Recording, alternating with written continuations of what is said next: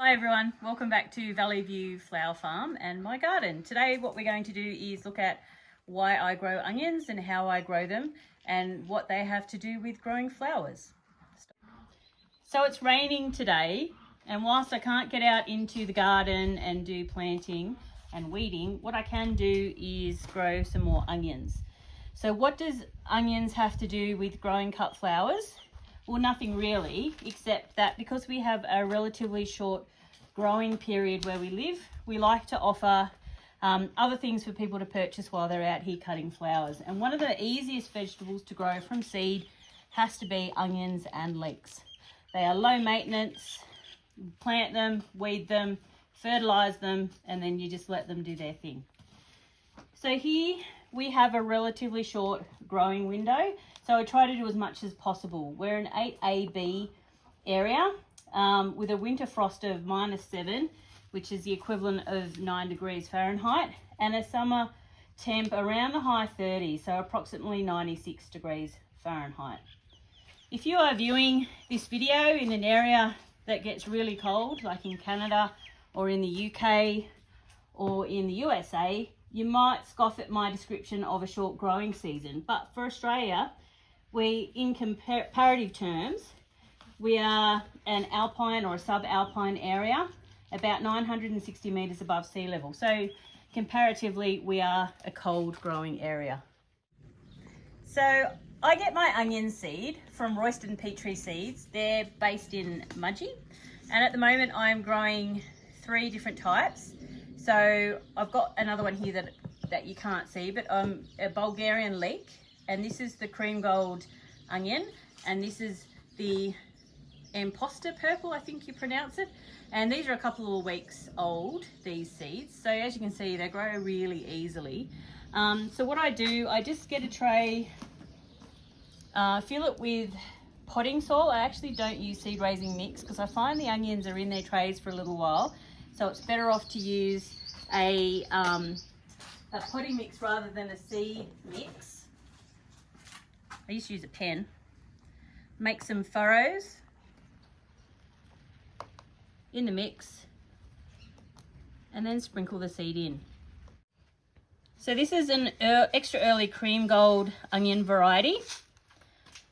And all you really need to do, you don't have to worry about thinning these out at all, because when they grow on, you'll thin them out when you transplant them into their final position. So I just sprinkle a generous amount into each furrow, and then I'll lightly cover them with soil. So the early cream gold is an excellent storing onion, which suits a warmer climate. So that's why I grow this variety. It also is a fairly early maturing onion. So onions take a fair while to mature. So having onions that mature at different times is ideal. So this is imposter purple, looks exactly the same. This is the red onion. So this is a intermediate day variety, which means it needs 12 to 14 hours of sunlight for maturing.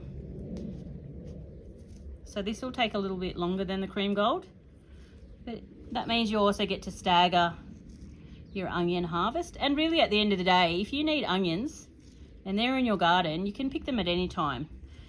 It's just if you want to keep them and store them, you have to leave them in until they're matured. So then I just cover them up. I'll tag this one, just like that.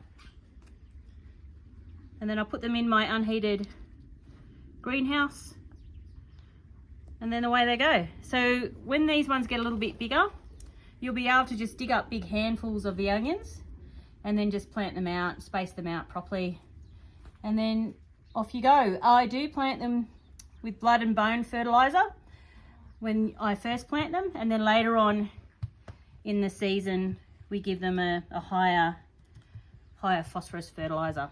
When I plant onions, they always say you plant on the shortest day and harvest on the longest day.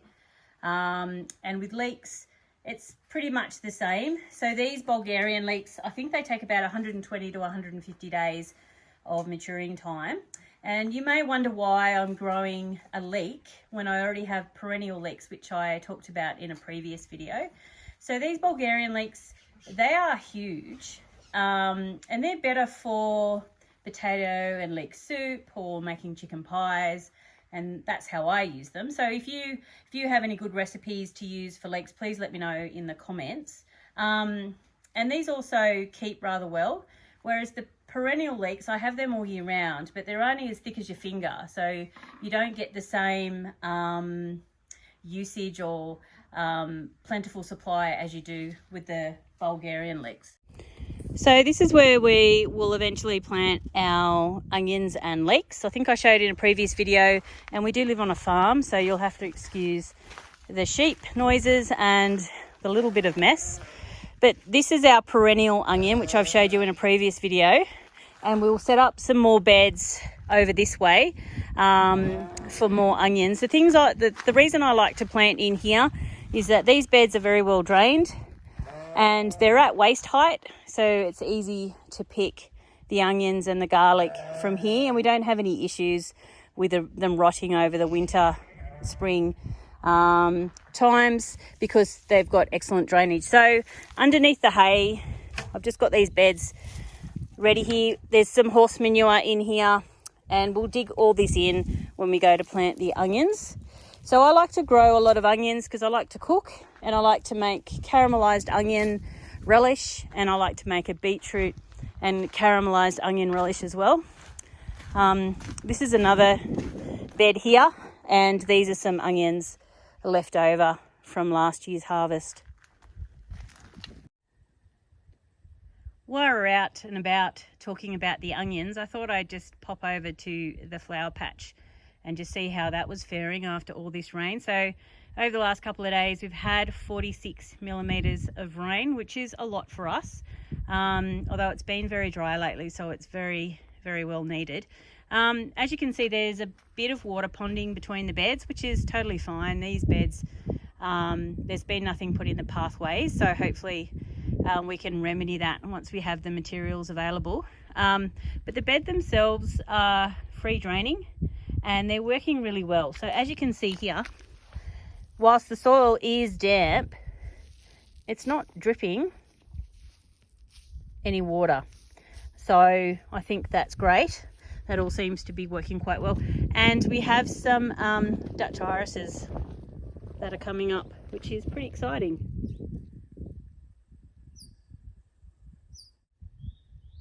Since the last video, you'll also notice that we have some metal support posts in place. So we have 6 per bed of these shorter beds, and that's for the netting if I use it, or the twine. I'm a bit torn between which to use, whether I just twine up the beds or whether I use a plastic support netting. So we'll just see. It is pretty windy here, so maybe I'll have to use the netting. But we'll just see how things go. So thanks for watching, everyone. Hope you enjoyed the video. If you did enjoy the video, please remember to like and subscribe. Until next time, bye.